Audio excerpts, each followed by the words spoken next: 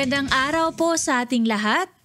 And eto na naman po tayo sa ating third episode ng PMCFI Volunteers Podcast. Ayan, ako ulit si Dr. Cherry and I am your host.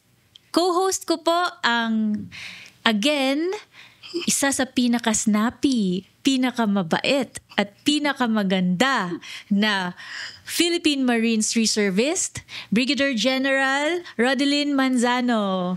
Hi ma'am, good morning. Hi Cherry, ayan na naman. Thank you so much for that very, very warm introduction. And actually, we're very glad na kasama ka namin dito sa PMCFI. Thank you ma'am. Yeah. Ayan, para sa bayan ma'am. Yes, correct. Para sa bayan. So, magandang araw sa inyong lahat. Sa ating mga taga-subaybay, taga-panood ng yes, this is our third podcast, yes. And so mamaya we have a very, very special guest. Yes. I introduce si Dr. Cherry. Yes, pero ano naman ma'am, bago po tayo sa ating special guest, balikan po natin ma'am yung mga first and second episode po natin, no? Yung first episode po natin na guest po natin si Sir Saban ma'am, na marami po tayong natutunan sa kanya, pati po nung nag-guest po si Sir Songano.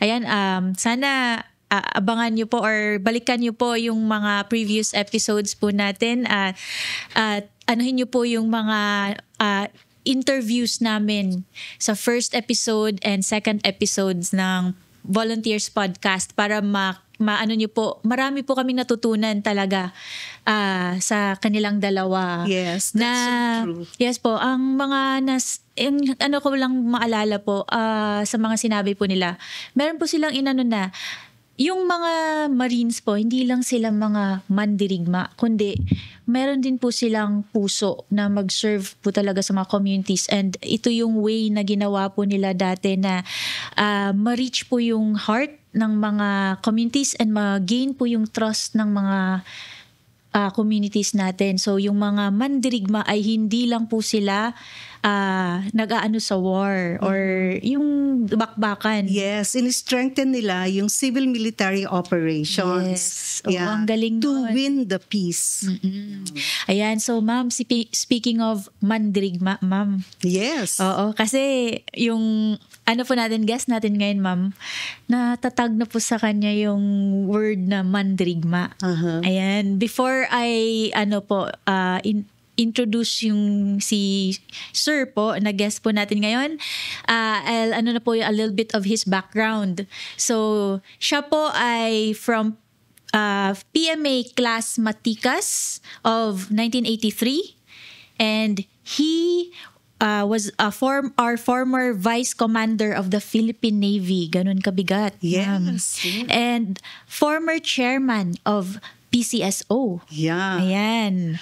Siguro mahuhulaan na po nila kung sino po siya. At mandirigma pa. Mandirigma pa. So, medyo sikat po talaga din to si Sir. Correct. No? Oo. Ladies and gentlemen, let us welcome Major General Alexander F. Balutan. Hi, sir. Thank you. Good day, sir. Good day. Good day at thank you very much for inviting me here in PMCFI. I understand this is headed by General Saban, Juancho Saban, as Executive Director. Yes, sir. Matagal na ito at I'm also supporting this PMCFI. sir. Ever since na nagkakaroon sila ng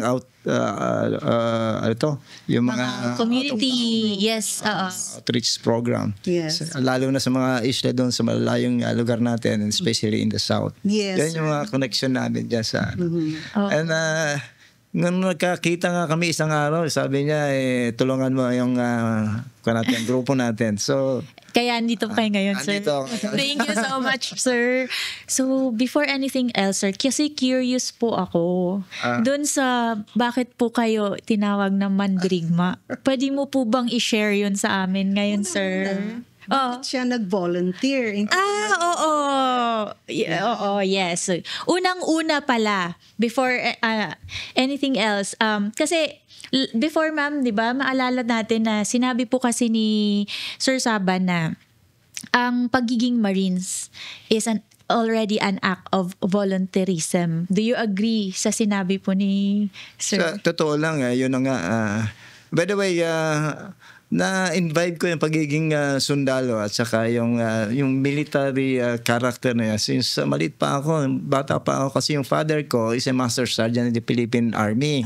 5 kaming lalaki, walang babae. Kaya nga, puro kami sundalo rin. Ang pinakabunso si Brigadier General Camilo Balutan. So yung mother ko is elementary school teacher. So pinalaki kami. My father was a World War II veteran. At the early age of 20, inorganize niya na guerrilla movement doon sa Saragossa, Nueva Ecija.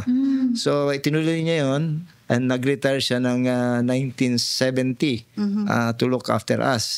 Pero nag-official siya nagpunta sa school for reserve commission, nag-graduate siya ng 1957. So since then na-invite ko yan, sabi ko humanga ako nung sa kanya. When I graduated from sa high school, sa Nueva Ecija High School, immediately after I napunta na ako sa academy. Yun na yun. Doon na yung naging paghihirap ko. At tama-tama naman nung I was a cadet in the Philippine Military Academy. I was then the company commander of Hawk Company. Isa sa mga companies ng CCAP. Ang tako ko noon si General Miranda and General Teodosio. Yes, sir. So sila ay very proud naman. Sabi ko ang gagaling nito. And later nag-join ng Marines noon from my company, but my senior is General Alibio Saban. Sila General Saban, not from Hawk Company. Kerubin, Alvarado, and Alibio, and Martir. Yan, yung mga yan. So, yan mga senior ko, class 79. But later on, sumunod naman kami nila General Tanalgo. Ako, and Valdez. Sinundan niyo po sila, sir? Nag-volunteer kami. Sabi ko nga kay General Miranda noon, ng tako ko, sabi niya kasi lahat ng mga Marines, tisoy, ayoko na hindi tisoy. Ganun mga biro niya. Sabi ko naman during a dinner tendered for us by the flag officer in command in Baguio, sir, I joined the Marines because the Marines has the Navy has the Marines. I joined the Navy because the Navy has the Marines. If may tako, Captain Miranda here is the standard of being a mestizo or guwapo, I'm very much qualified. Di ba? Oo nga naman, sir. Kitang-kita naman. Qualified. Biruan lang yan, biruan. Oo, biruan. Because siguro hindi mo kilala si General Miranda. Ano siya? Comandante niyan. Later on. Moreno. So later on, hinanap na kami dito when reported to the Philippine Marine Corps after graduation from NOQC 1983. Siyam kami original na nag-report dito. And good, na-meet namin sila, yung mga tako namin, si General Miranda, General Teodosio, General Espinosa, yung mga. So doon na nag-umpisa yan. Nag-undergo kami ng airborne course. And immediately after my airborne course, napunta na kami sa kanya-kanya naming assignment. Ang assignment ko nga napakalalayo. Palawan, after 3 months in mainland Palawan, napunta na ako sa pinag-aawayan nila ngayon na KCI, Kalayaan Chain of Island. Na ako yung pinakadulo, yung pinakadulong island. At ito, yung Pugad Island. That is 375 nautical miles from mainland Palawan. Yun yung pinag-aawayan natin hanggang ngayon. So, 7 months ako doon. Na wala pang cellphone. Walang cellphone. Wala lahat. Pati tubig. Walang tubig na rainwater lang. And baon namin from nung binaba kami sa barko. Ilang drum na fresh water lang yun. Naubos din yan. After 7 months, yung kubo namin, sinunog na rin namin dahil kasi pinangluto namin ng tubig. sa drum na seawater para yung ano tawag dito? Asin. Asin, yung steam niya, kinokollect namin para maging mainom lang. Ah, okay. Oh my Kasi inabutan na kami doon ng summer, na-pull out kami ng May doon. I understand that wala namang ulan. So, naubusan kami ng water, tubig, pang inom. So, nagluto kami ng tubig, ng dagat. Oo. Yung steam noon, naging chemist pa kami. Oo nga. Kinocondense namin yung steam niya para tumulo lang, papatak-patak. Kayo lang Maging pure. nakapag-isip. Napag-aralan siguro din namin sa Bible yan. Gano'n. So, hindi katulad ngayon na meron ng Opo. filters yun eh. Gano'n. Meron ng mga ganun. Oo. Kaya 2 times natin nagkakaroon ng rore. Tinatawag. Pero dati, sir, dun sa island na yun, kayo lang. Kami lang, Walang- isang platoon. Yun. Isang platoon sa Pugad. Yun yung dun kayo mag-guard, sir. Parola pala. Parola Island. Hindi Pugad. Parola Island.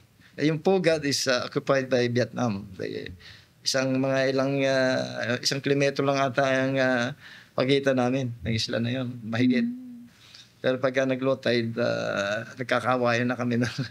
Yung mga Vietnamese. Ganon yung naging umpisa ko. And then later on, sa iba-ibang assignment na napunta. And later nga, ito na yun, yung sa Kauswagan. Kami actually, ang battalion commander ko sa 1st Marine Battalion is Colonel Kerubin. Kaya nagbalor siya ron. During the succeeding firefights, yun na yun, from Kauswagan down to Abubakar, crossing 3 provinces in 3 months, Lanao Norte, Lanao Sur, and Maguindanao. So, yung 500 plus na Marines na dala ko, wala pa nagre-report na bagong battalion commander. I was the EXO during that time. Na-reduced to 175 after a series of combat encounters in Abubakar.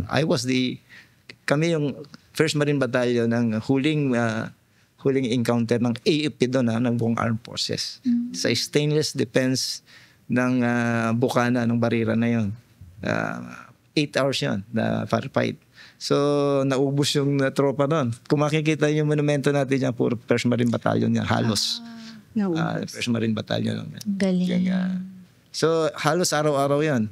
Sa knocking every bunker ng kalaban. Pero it was, marked by blood of our brave Marines. Oh, God. Yun, Ang tindi pala ng pinagdaanan mo, sir. Doon nag-umpisa na yung Moniker Comandirigma. Yun na yun. Kasi because of the series of encounter, kasi you have to outmaneuver yung kalaban eh. Kaya nga. Kailangan advance ka dun sa iniisip ng kalaban. Kung paano mo sila matatalo. Yes. With your capacity mo, yung yung baril mo, bala mo, armor mo, including yung air support mo, how to win. And you're given limited time.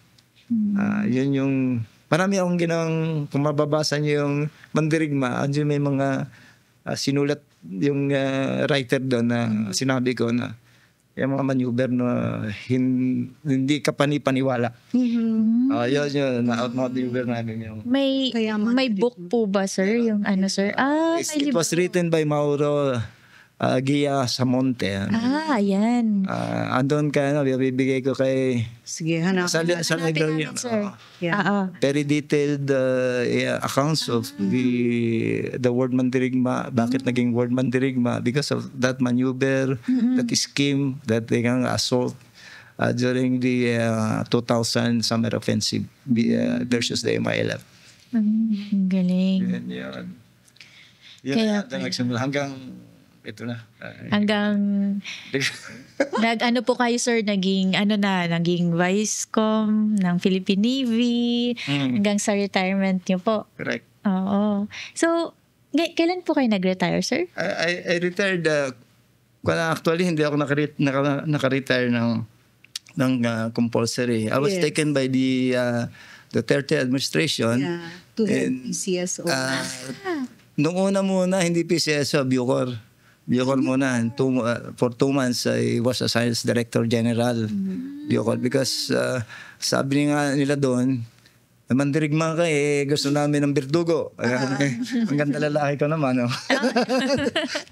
Pero hindi ko akalain na gano'n. But nakasama ko ang ating presidente yung dating si Rodrigo Roa Duterte sa Davao when I was the Deputy Commander ng Eastern Mindanao Command. So, in a short period, bago ako nag-Vice Com, ay napunta ako doon. Nag-IG muna ako ng Navy pala, and then Vice Com. So, nagkasama kami niyan. At nakilala na rin niya siguro ako doon during those time. Capability niyo. So, ang pinaka mahirap talaga na position noon yung sa Bucor kasi andyan yung drugs, andyan yung mga notorious na nakakulong, and how to rehabilitate that is a challenge sa isang mamumuno. May mga threats pa dyan nung araw kasi maluwag dyan maluwag yung bantay dyan. Naalala ko, sabi nga ni Sir kasi hindi pa niya birthday actually, so hindi talaga kailangan mag-retire. Sabi niya, kaya lang due to insistent public demand.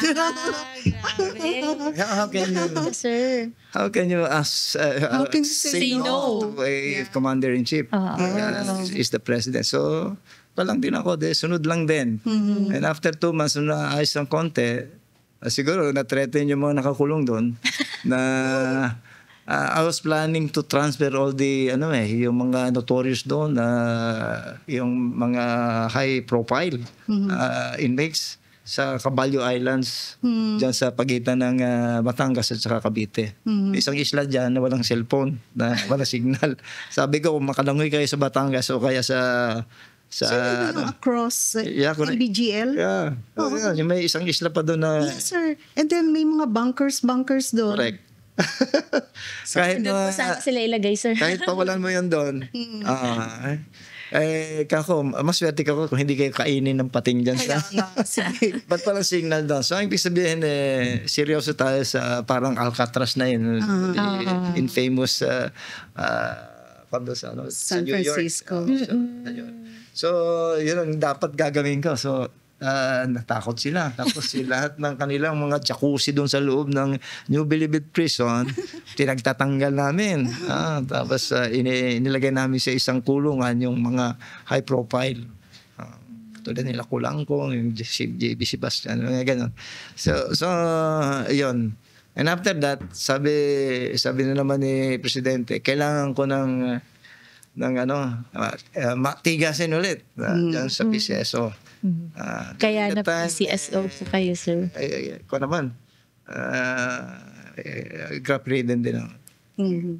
Ako wala akong alam dyan kasi ang PCSO is gaming, and charity, yung mga kakalap na pera. Pero hindi ako nagsusugal nga ba't ako dyan? Pero isa lang yung gusto lang malaman ng lahat na hindi kailangan mo na masteral dyan o doctorate dyan, basta ikaw totoo ka, sincere ka. Yes. At nag-volunteer ka rin na ikaw yung linisin. Ikaw yung key po na paglinis ng system. Kaya nga ito si history ng isang government owned corporation na to, PCSO.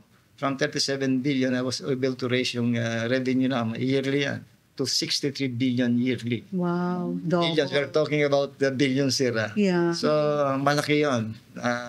Kung sisikapin mo lang, maging transparent ka, crop and corruption, and ika really will help yung mga indigest na mga Pilipino, like nanghihingi ng gamot dyan, dialysis, yung mga chemotherapy niyan, yung mga pasyente na hindi mailabas sa ospital. Yes. Patay na ayaw pang i-release. Yes, sir. Madami. Every day yan.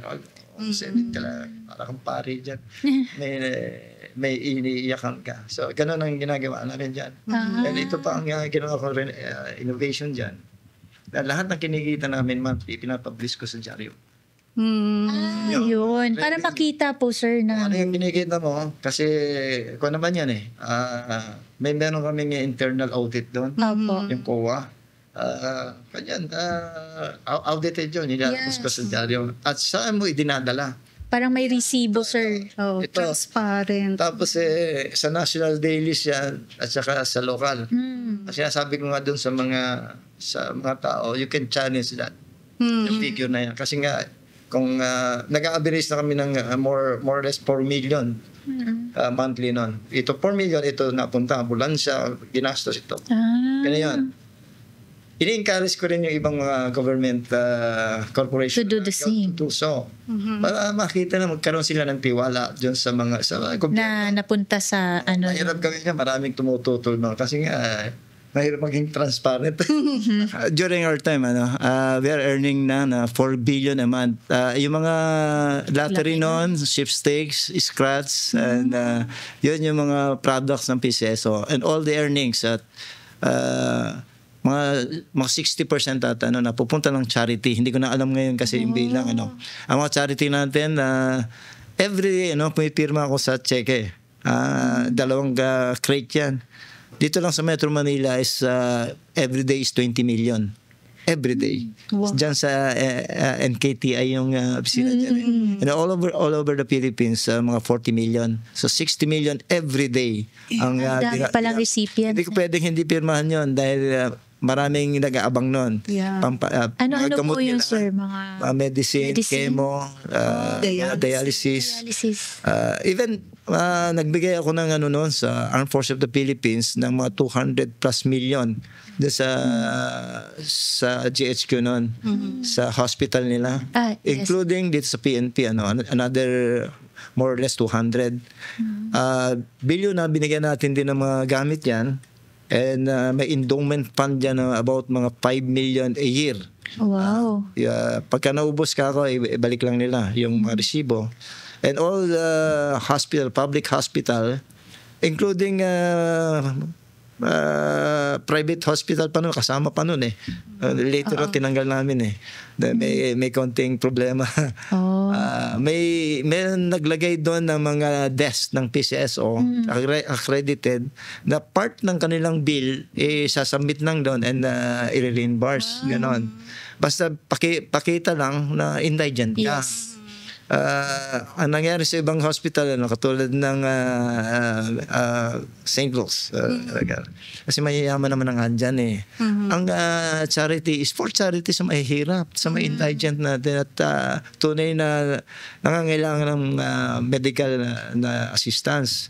So kung makikita mo nag-audit kami ng mga malalaking hospital na ganyan tulad ng sinasabi ko nga, masyadong malaki. 140 million yung babayaran ko. Ang nakita kong bill ng mga mayayaman is 100 plus million. Yung 40 lang napunta doon sa mga mahihirap.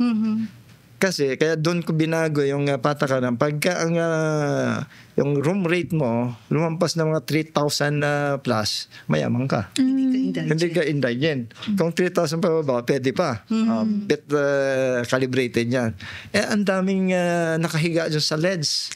Lalo na sa PGAs na walang kwarto. Yes, sir. Yun ang hindi libre. Yun ang dapat ilibre. Hindi yung may nakikita ka ang kwarto nila is 15,000 a day.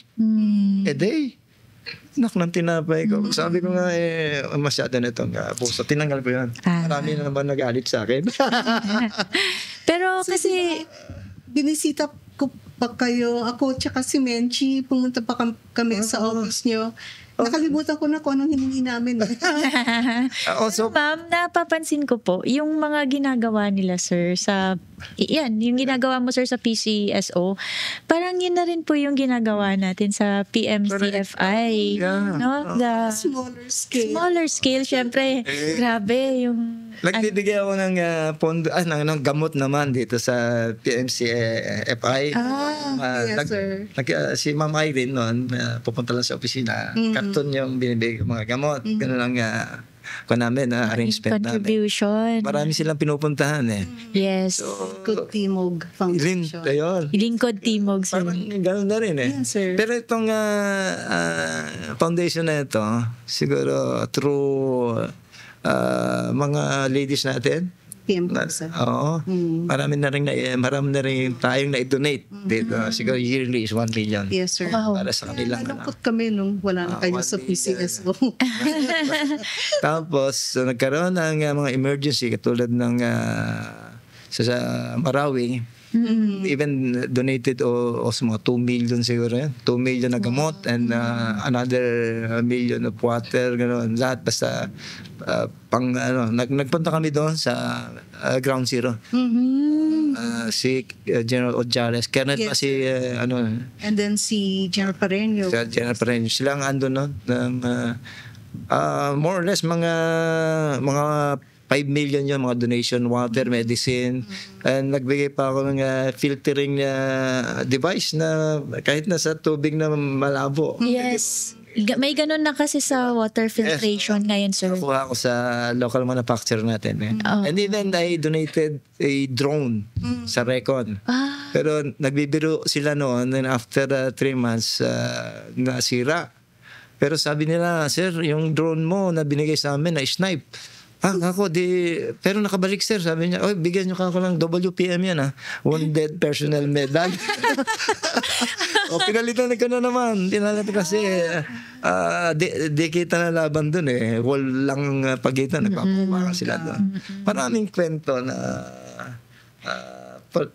non-combat ka na ngayon, nakikita mo yan. Mas maganda yun yung ala ka na sa serbisyo but from the eyes of somebody in the higher echelon ng gobyerno, nakikita mo yun ang ilangan. Yes. Especially yun nasa front line natin. Yes. And it's good na through your sir, connection sa po sir, na ibigay po natin sa mga tamang yung mga beneficiaries po na na-receive naman po nila ng tama din po yung mga binibigay po ninyo. Tuwan-tuwa sila pagka gano'n, kasi mahigpit naman tayo. Alam naman natin ang budgeting system. Having been in the armed forces and the Philippine Marine Corps and Navy for quite some time mga budgeting na alam natin yan. Paano natin ilalagay kung saan ba karapat-dapat yung budget na yan. So gano'n din sa PCSO through a board resolution. Kaya hindi lang din naman ako nagde-decide on, but the whole board. And hindi chairman ako ang general manager. Ang ibig sabihin, CEO ka. Ang chairman ng board is policy making. Ako pagka lumabas na ron, sa naging policy na, I execute the policy. All the policy, whether you like it or not. Ganun lang yun. Masaya. So maraming, even yung kasi naranasan mo gera sa Marine Corps. Inipon ko lahat dito noon, yung mga putulang paa, mga kamay, pinagbibigyan namin ng prosthetics. Oo, mga prosthetics. Grabe tuwa nila. Na ATV patrol yun nabigyan ko sila ng mga ganon. Kasi itong mga to, minsan hindi nakikita yung kanilang mga nila sir, yung suffer, yung karamihan naman ng mga wounded natin, pwede pang andito lang sila at nagtatype lang ganyan. Sa opisina sila. Pero the prosthetics can be a big change. Life-changing po yun sa buhay po nila, sir. Totoo yun. At kasi nga, parang pag dismembered na yung katawan mo, para wala na silang pag-asa mental feeling. Oo, but when you put something nandoon, sir, maiiba po yung nila. Siyang relevance, wala na silang lakas ng loob. Tsaka kagaya ng what we always say sa PMCFI, na yung ating mga Marine veterans, hindi sila nakakalimutan. Yes. Because whatever na kailangan nila, they try. PMCFI try to help. We have to help. Yeah. So, like wheelchairs, crutches. Kasi marami na po kayo, ma'am, na tulungan po, ma'am, no? Sobrang dami. Through PMCFI. Alam mo si ma'am, grabe yung network niya. Ewan ko kung saan niya kinuha. Yung ibang mga blessing. Ating anniversary last November. Last November, sir, yes. May mga buto pa ng halaman. May mga ganito. Yes. Oo. Gamot, yan. Automatic may naghihilot ng mga saan ba nakuha ito na? Facial pa. May kape pa dun, sir.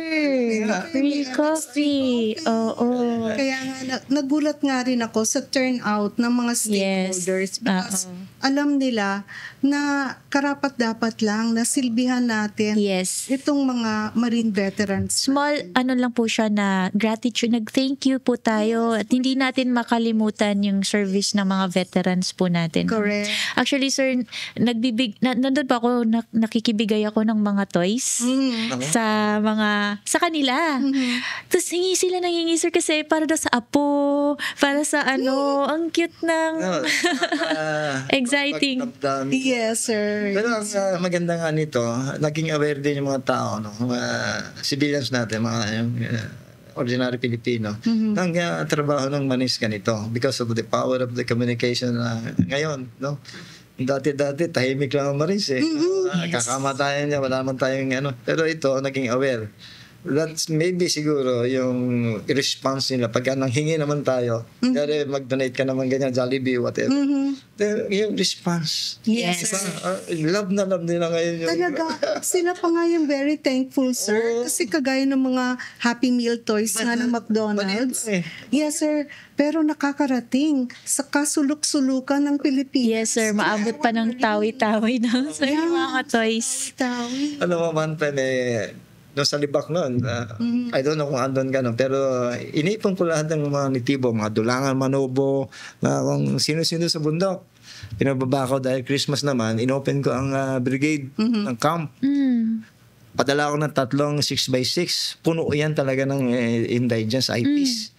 Ang kaso, sumama pati mga magulang. Yung mga yun, kita mo, ginamot pa namin. Wala kasi may mga gas-gas, iba sinisipon lahat. Tapos pinakain. Nagulat ako. Kasi nga, nung binigyan namin ng spaghetti, ayaw kainin. Bakit, Why? sir? Kulay dilaw daw. Ngayon lang sila nakakita ng ganong pagkain. Sabi ko, mga tiga Luzon, swerte kayo. Ito nga hindi kilala. Kamote lang ang kinakain itong mga root crops na. Kaya dapat natin tingnan niyo yung mga ito kasi legitimate ka ko yung kanilang mga hinaing. Tapos nakikita mo sa mga bata ayaw kainin. So pinaliwanag na may spaghetti yan. Na ganito. Ulay dilaw daw. Ay, hindi ka lang. So makikita mo yung laki ng diferensya pagka ang gobyerno nga hindi nakakakita ng gano'n. Pero sa Manis, sabi ko nga sa inyo, sis napunta tayo sa mga ganyan liblib na lugar, naintindihan natin lahat. Yes. And because of this foundation also, that we can reach out. Kaso minsan, yung mga nasa frontline natin, kung wala siyang kakonect din na katulad ng foundation na yes po, mahirap yung din. support system, wala naman sa budget ng Yes po. Dyan, wala.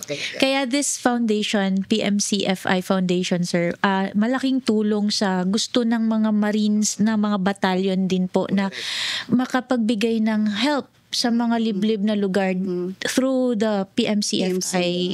Through their stakeholders and partners. Nasa frontline focus lang sila doon, pero yung resources niya nasa inyo, nasa foundation because you can reach out Yes. iba dito sa Metro Manila and urban centers. Anong isi-share mo sa kanila? Kamote rin, Sir, naalala ko nung binisita ko kayo sa Cotabato nga, sa Brigade, kayo ng tawag dito, trade fair. Trade fair. Yeah. Oo, lahat. Yung mga isda, malalaki, mga Lahat ng lobster. barangay nga ako Maglagay. Fiesta na yun dito sa Libak ako lagay kayo ng mga booth nyo na. Tapos Tinawag ko lahat yung mga tiga division yun para makita nila na ito pala yung mga produkto na ito. And later on, alam mo nangyari doon?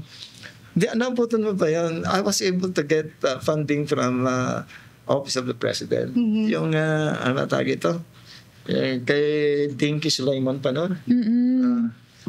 300 pesos, 300,000 bawat isang baryo sa kanilang kooperatiba. For 83 barangays, 300,000. Magtanim sila ng root crops, ganyan. Kaya yung yung uso ron yung kape. Kape. Kung ano-ano. Mag-livestock sila na ano. So, inaprobahan ng hindi ko na alam yung kay Dinky nun, kung anong yun, yung Office of the President, pinunta. DSWD. Sinama ko yung mga mayor doon. So, nakakuha sila. Tuwan-tuwa yung mga tao. Ang dinala ko naman ang Red Cross because sila yung may Fruits of Hope. Yun, binibili. So, nagugulat yung mga small farmers. Imagine getting a check for 300,000 pesos. Yung parang, ngayon lang sila nakakita ng ganun kadaming pera. Maganda po yung nagagawa po. Ang Marines ang pick up ng mga, kasi sa bundok tinatanim at hina-harvest. Padala si sir ng mga M35, 6x6. And then we brought the turmeric, yung mga luya, from Cotabato to Davao. Libre sa freight. Yeah, where it was loaded sa mga ships and then brought to Manila. Grabe yung nagagawa din. Siguro, native talent lang yung imagination. Pero ang common denominator is how to help at saka yung well-being ng mga kababayan natin. Pagka ando na yun, maiisip mo na lahat. Exactly. Hindi lang, sabi ko nga hindi lang gera ito. So, kawawa kung naranasan mo ang gera, sabi ko, mali na itong nangyayari kasi ang kalaban natin dito kapwa mo Pilipino. We are fighting, killing our Filipino blood. Pwede natin pag-usapan ito. Yes. Kasi sir, ang ano mo na lang naman is make peace through mga ganun po sir na kasi nga sabi po dati ni Sir Saban tsaka ni Sir Songano sila na rin naging karpintero, nagtuturo, yung mga ganun. When yung depiction niyo po sir as sundalo, hindi as kalaban or but as help sa kanila, then na po, mawiwin niyo po yung heart. Yeah, delivering the basic needs. Delivering the basic needs of the community. Yung hindi napupunaan ng gobyerno. Kasi yung mga power plant areas yan, walang daan, walang health services, walang education. Yan, ang hirap talaga na matatawa ka sa mga kwento sa ay nako. Pagka may isa pa dyan na palit mo yung sardinas sa manok. Yes. Barter. Hindi pa, sir. Tuwan-tuwa sila, may sardinas sila. Oo. Yung mantika ng sardinas, pag naubos na yung laman, lalagay sa buhok. Ang mantika? Pinaamoy sa kapitbahay dahil nakakain sila ng dilata. Nagyabang na. Tapos yung balot nun, ilalagay sa dingding, dinidisplay. Kasi ordinary lang sa kanila yung manok Oo nga. Kawawa talaga, di ba? Kung Pilipino ka, special na sa kanila. Yun, proud na proud. Lang na. Diba, sir? Ayun namin kumain ng sardenit.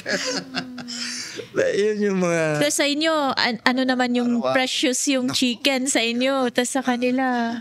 Pwede na kapag away ng 1 linggo na naman. Nakakain ka na. Sir, yung buhay doon. No? Yeah. Kailangan maintindihan natin, especially... Kaya nga, ang gobyerno, it should be the equalizer Kaya nga tinatax natin yung mga yan, may bibigay sa mahirap. Pag dumaan doon, may budget dyan.